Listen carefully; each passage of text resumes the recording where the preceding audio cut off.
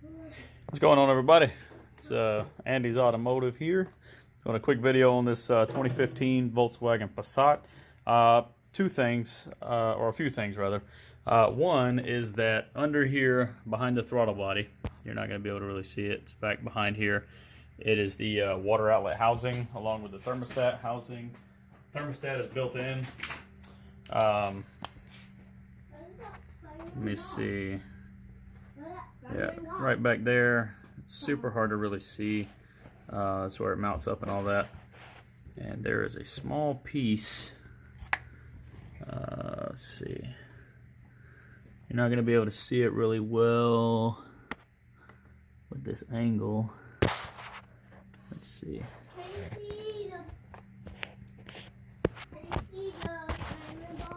Sorry.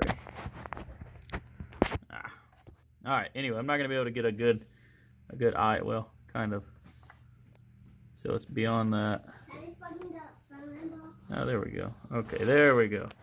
So if you look carefully, where I'm shining the light, the little ball-looking deal on the right side of that oil cooler right there. There's a small little piece. I'm trying to get a good angle on it. Let's see. Yeah, that guy right there. So if you look very carefully in between where the silver and the black come together, there's a small piece in there. And it actually is, it has two O-rings on it. No, that's not the greatest explanation for this. It's got two O-rings on it. This is the wrong piece. I ordered this like a year ago because I knew it was going to leak. These gaskets on the back actually were not leaking. It was the water pump. This is for a different model. I only paid $60 for this, so I don't. It's not a big loss on me. But this piece here is what you're replacing. They are different ones for different vehicles. There's two different sizes, I believe. Ironically enough, the one I had goes here on the back. This is a good picture of it so you can see. So it mounts this way on the block.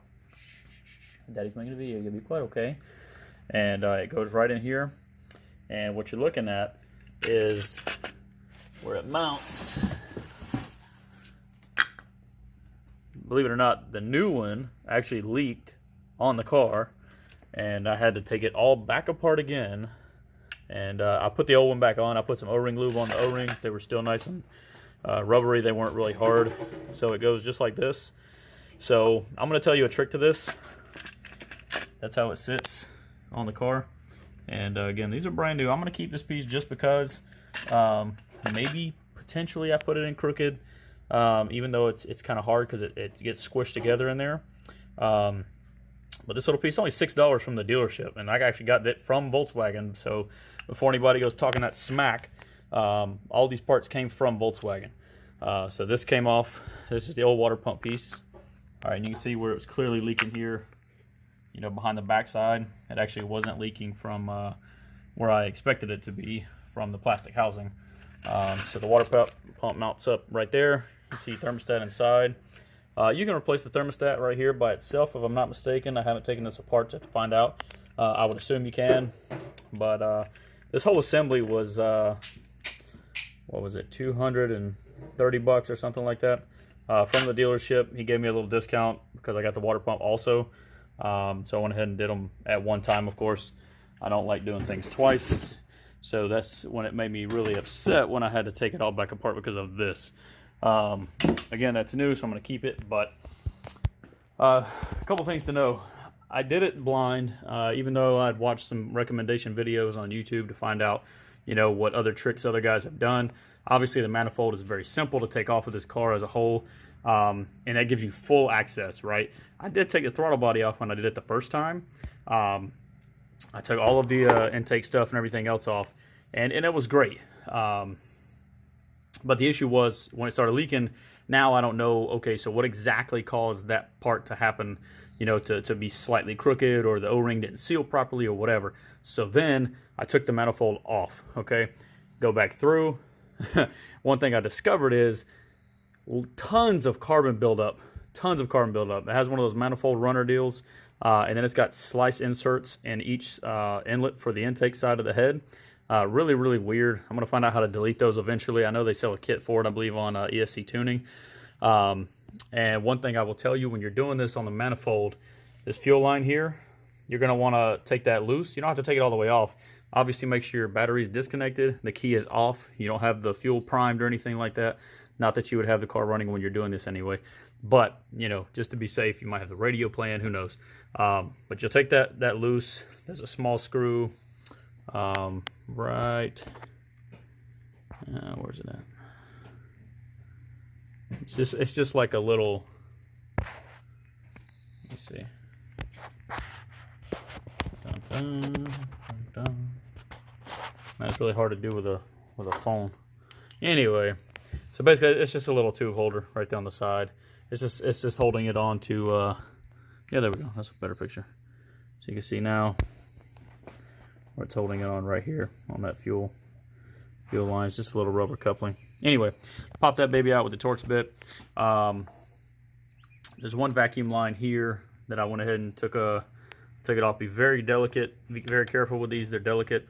Little vacuum hose there going to the bottom of this manifold runner solenoid or diaphragm or whatever you want to call it.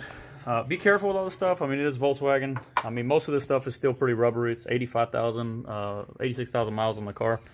2015 model, so not that old. I'm actually surprised that more stuff hasn't broken, being Volkswagen. And with that being said, a couple more little things. I carefully cleaned the carbon out of the intake holes. I used B12 Chemtol, the greatest stuff ever to do this with.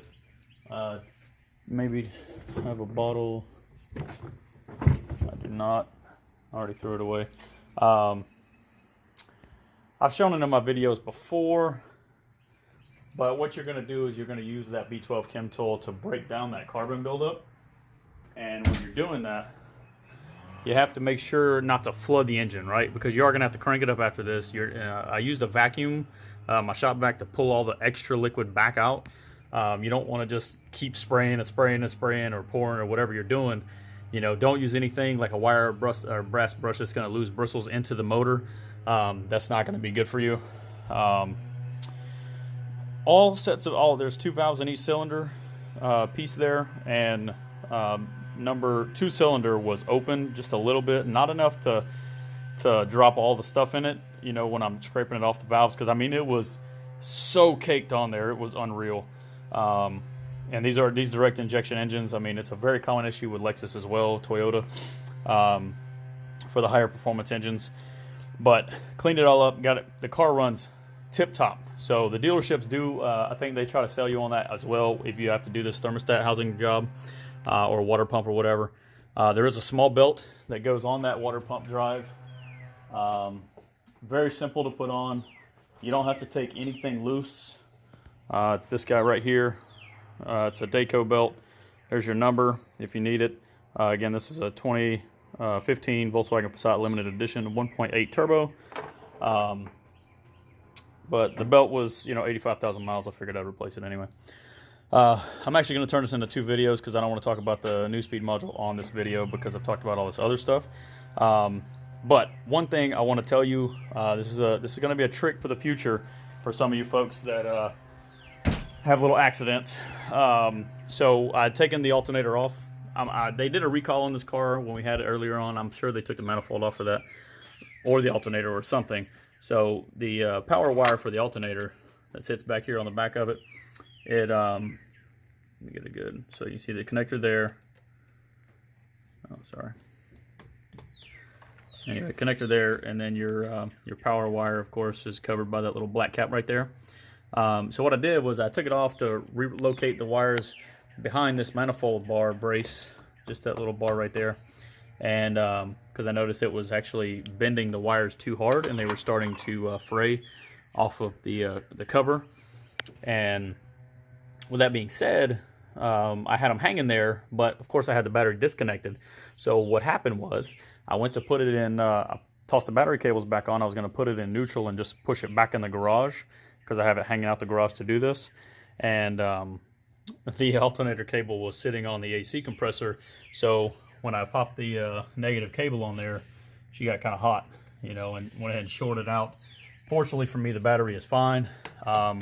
This is something I found doing a little research online. These alternators are not cheap. They're about $800 if you get them from the dealership, probably more.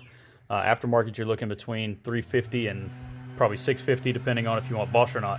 So this huge wire I have right here, I'm jumping this fuse block, okay? What there it is there's a fuse, 1, 2, and 3, okay? And then this one here is just powering up for the ground or whatever. And not ground, I'm sorry, just powering up in general. So what I did was I took it all off with the battery off, of course, and I checked resistance on each one of these, you know, and of course this one was open. It's the one that goes straight to the alternator. So essentially this fusible link is actually here mounted to the fuse box itself. So I jumped it to confirm that it's actually bad. Car works fine now, because the issue was all the other things cleared, but the engine was the alternator was not charging but 11.5 volts, which obviously is nowhere near good enough, because everything worked in the car fine. I figured it was just, you know, computers being computers and it needed to reset. But sure enough, I had to take it off. Took the alternator off, got it bench tested twice. It worked fine. Don't let your kids be grabbing all over your dipstick, because it will break. And with that being said, so yeah, that's just one thing, because if your alternator is not charging, make sure you take this link out of here. Of course, disconnect your battery first. Take this fusible link out. It's just these 4 10mm nuts, which are actually made onto the terminal connections here, and they all just kind of pop off, and it's pretty neat there actually. So went ahead and jumped it. This is a really strong gauge speaker wire I had laying around, so I put high quality aluminum terminals on it, and it jumped off perfectly. I've actually driven the car about 80 miles and no issues.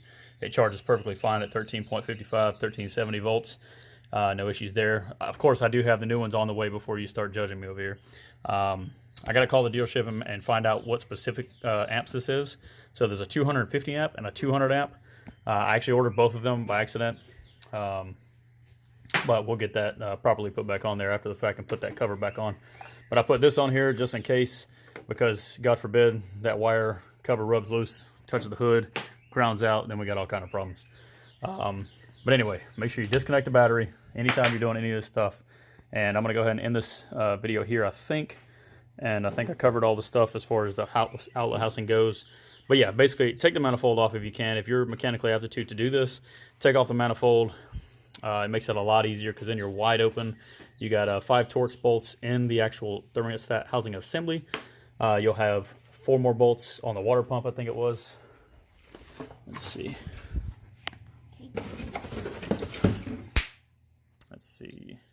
So here's your water pump coming off of the big one. 1.8 turbo, 1, 2, 3, 4, 5, 6 bolts total. And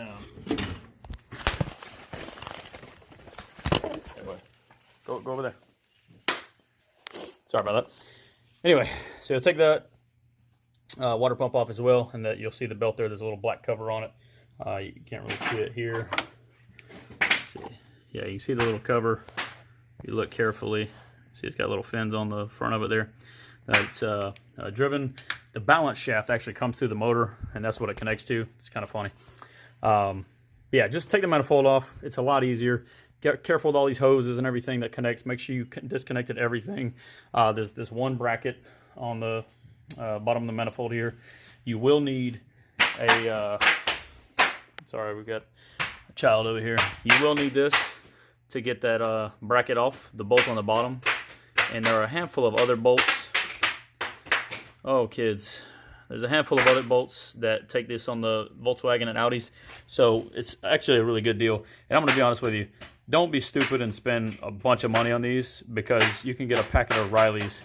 Buddy, stop, please. You can get a pack. Jesus Christ. You can get a pack of these at O'Reilly's for like $5 or $8 or something like that. Sorry about the popping noise, everybody. Kids will be kids. Anyway, so that's 2 of the sizes there. It was the bigger one, which is M12. That's what I had to use to take off the bolt. There we go. Yeah, we're going to go ahead and end this video on that note. Manifold off makes this job a lot easier. So go ahead and tackle it. I did not replace the intake gaskets. I recommend doing that.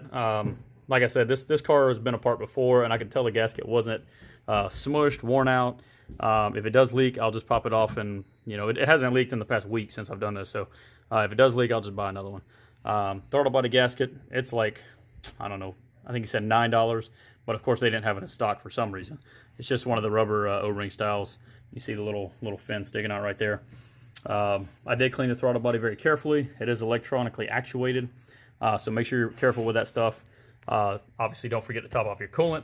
I just leave the cap off. I put about a gallon in there. I let it run, and then I just leave the cap off to let it just naturally burp everything out on a flat level surface. You want the heat on low.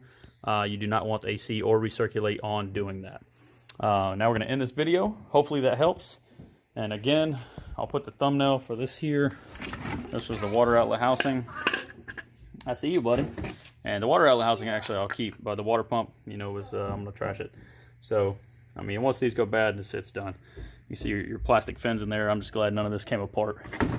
But that's your housing. Just so you see how it connects again. There's your 3 main bolts on the top. And then your 2 bolts on the bottom. So look at it like this. So you got 1, 2, 3, and then 4, which is a pain in the butt to get to when you're looking from the top, and then another one there, 5. So I didn't take any of these additional things. You will have to take the connections off that go to the hoses on those to make it a lot easier to access.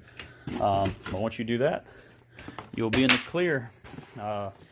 Make sure you get all of the O-rings that you need for all of your hose connections. Be very careful taking off all these connections and stuff. A lot of this stuff is plastic. It will break. All right, that's going to be all for this one. Thank you.